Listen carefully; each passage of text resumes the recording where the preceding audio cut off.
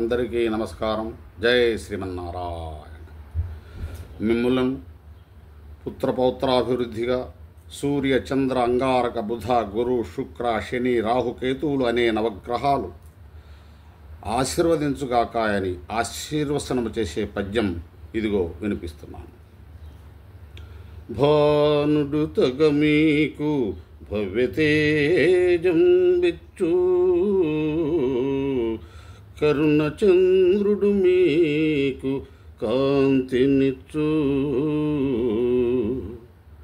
అంగారకుడు మీకు మంగళంబు ఇచ్చు, బుధుడు సమ్మది మీకు బుద్ధినిచ్చు,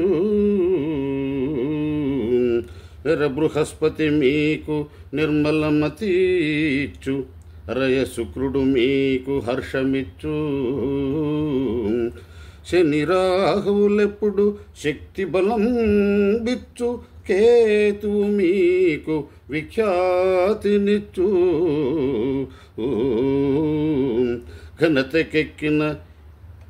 ఘనతకెక్కిన ఈ నవగ్రహములెల్ల మనుచు ఏకాదశ స్థాన మహిమ చూసి,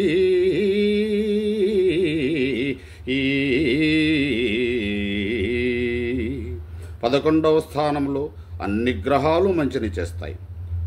పుత్రపౌత్రాభివృద్ధి చే భూతలమున వర్ధిల్లుండైక శతవత్సరములు, దేశభాషలందు తెలుగులస జనని సంస్కృతంబు సకల భాషలకును, దేశ భాషలందు తెలుగు లెస్స, జగతి తల్లి కంటే సౌభాగ్య సంపద, చుటాడు బిడ్డ మేలుగాదే. సకల భాషలకును సంస్కృత భాష తల్లి వంటిది కాగా, దేశ భాషలందు తెలుగు లెస్సయ్యని. ఈ జగత్తులో తల్లి కంటే సౌభాగ్య సంపదనిచ్చే ఆడబిడ్డ మంచిది కదా అన్నాడు శ్రీనాథుడు. దేశ భాషలందు తెలుగు లెస్స అనే పదయాన్ని ఉపయోగించి శ్రీ కృష్ణదేవరాయలు తెలుగు భాషను ఏ విధంగా ప్రశంసించారో ఈ క్రింది పద్యంలో చూడండి.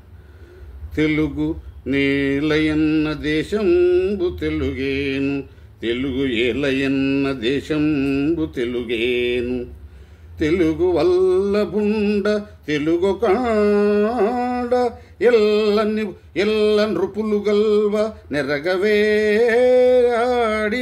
దేశ భాషలందు తెలుగు లెస్స. శ్రీకృష్ణదేవరాయలు తెలుగు కన్నడ తమిళ దేశాలు కలిపి పరిపాలించారు. తెలుగు భాషనే ఎందుకు ఎంపిక చేశావని అంటారేమో. నేను తెలుగు రాదు, నా దేశం తెలుగుదేశం, దేశ భాషలందు తెలుగు లెస్స అని బల్లగుద్ది చెప్పాడు. జై శ్రీమన్నారాయణ. జై శ్రీరామ్. జై హనుమాన్.